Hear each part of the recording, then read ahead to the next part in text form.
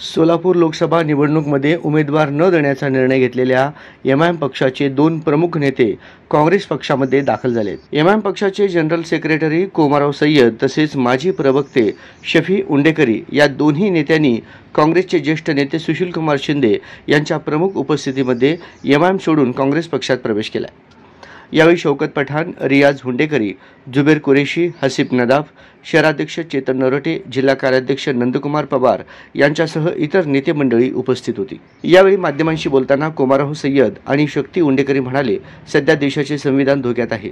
जातीवादी पक्ष भाजपा हे आपकी बार 400 पार हा नारा देऊन संविधान बदलण्याची भाषा करत आहे। अशा शक्तीला रोखणारी एकमेव पक्ष म्हणजे काँग्रेस आहे।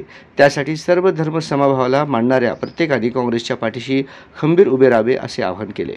आपण बहुजनांनी सर्व एकत्रित येऊन एका व्यासपीठावर मला असं वाटतं की या देशामध्ये या देशाला काँग्रेसशिवाय पर्याय नाहीये।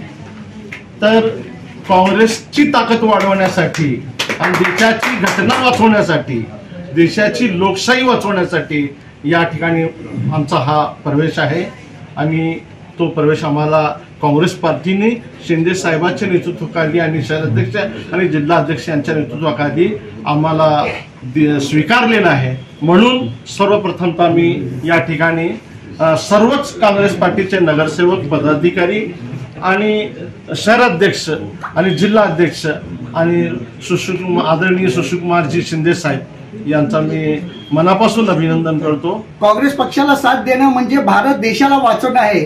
बाबासाहेब आंबेडकरांनी जी घटना लिहिली ती घटना अबाधित ठेवण्यासाठी गोरगरीब कल्याणाचे, गोरगरीब लोकांचे काम करणारे जे पक्ष आहे काँग्रेस पक्ष, आजची हे निवडणूक 2024 ची जी निवडणूक आहे हे काँग्रेस वर्सेस बीजेपी नाही आहे, हे बीजेपी वर्सेस इंडिया जनता, भारतीय जनता हे इलेक्शन आहे।